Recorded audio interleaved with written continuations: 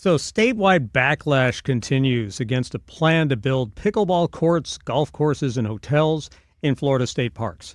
50 protesters gathered outside the Oleta River State Park to speak out against the proposal, and there were 100 protesters outside Honeymoon Island State Park in Pinellas County as calls to scrap the idea keep growing from both Democrats and Republicans and environmental activists. We haven't heard anything from this department that rolled this initiative out, and we haven't heard anything from the governor on this. Well, the Department of Environmental Protection did put out a statement saying that the group that was supporting the golf courses at Jonathan Dickinson Park in Martin County withdrew their support for that project. But that's about it. Yeah, we haven't learned how this whole thing came about. Nothing like that. I mean, I don't think this is going to end up going anywhere. I think the pushback is so extensive and it's so bipartisan. I just don't see how this moves forward.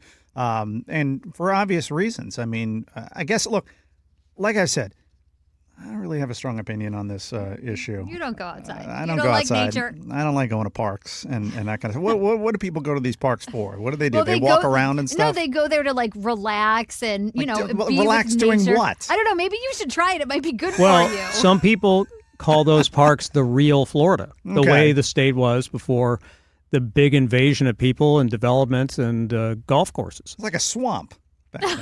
Well, some of the areas are swamps. Giant bugs and, alligators. There probably are a lot of bugs and alligators, but, it's Snakes. nature. Yeah, That's it's nice. nature. People like to go there and relax. Now, as far as the plan itself, they were supposed to have public hearings on this yesterday, and they had it set up for 1 hour from 3 to 4 p.m., meaning most people wouldn't be able to go. Right, of course. And they were going to be in different places for each of the 9 parks that are affected by this plan, and it was all going to happen at the same time.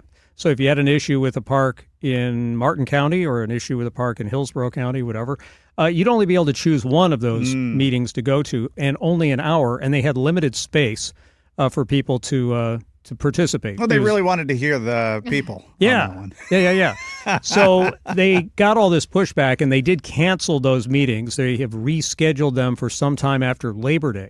But we don't know the details because of all the yet. interest, the extensive interest in this. Interest in squashing the plan. That's right. So we'll see what they come up with as far as places where people can go and voice their concerns. But you can bet you're going to hear a lot of people opposed to this project. Do they have hammocks at these parks? I like hammocks. I could do that. I don't know. No. The lodging was interesting to me. If they do go forward with the lodging with air conditioning and like a TV with Netflix and all of that, I could see myself enjoying myself at one of these parks. So you're kind of looking like out the window at the nature. Yes, that's the best kind of. So you're kind of on board with the DeSantis plan. Yeah, I am a little bit. Yeah, the lodging part in particular. I don't really care about. You're like, let's just pave over these things. And watch Netflix. Yeah, as long as I can have a window to look out and see it, that would I think that would work. It's kind of like when I went to the Animal Kingdom Hotel. Oh, and you sat and you watched the giraffes out the window, right? Yeah, the giraffes come right up to the window, so you can watch it from inside. It's great. If I were you, I'd avoid those public hearings next week.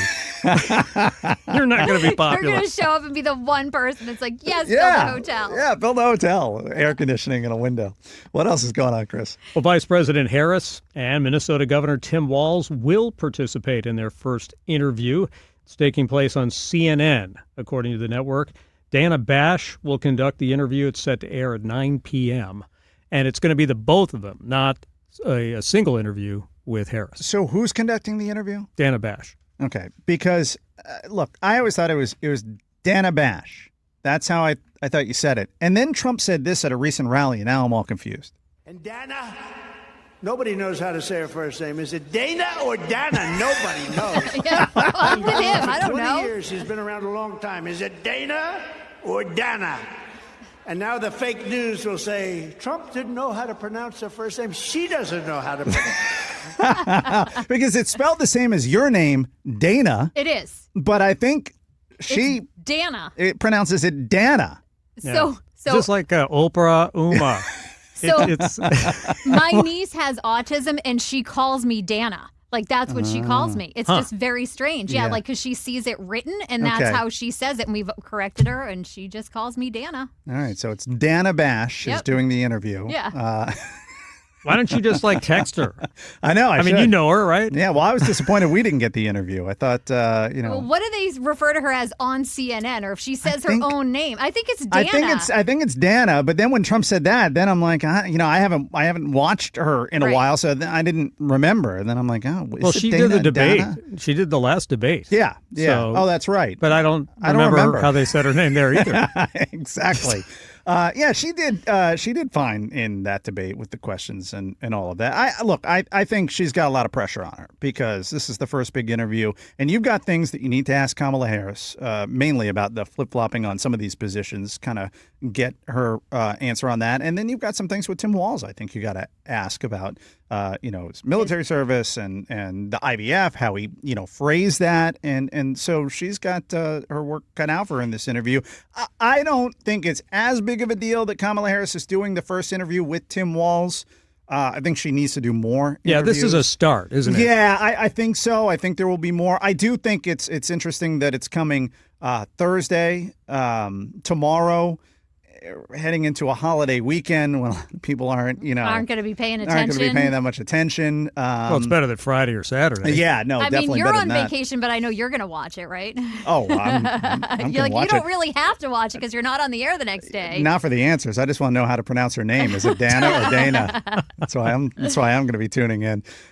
So I think it'll be interesting. I think Harris needs to do a lot of interviews now, get out there and start talking to the press and answering some of these questions, because when you only do one, then there's so much more attention on when you do a bunch, then it's not as big of a deal. Right. Less pressure too. Yeah, exactly. So I will be interested to see her response on the change in positions, although I think it's going to be something like, I've learned a lot since 2019 and being vice president, blah, blah, blah, that kind of answer. She's had plenty of time to prep. She has. That's true. All right, Chris Trankman with today's top stories. Chris, thanks so much. Thank you.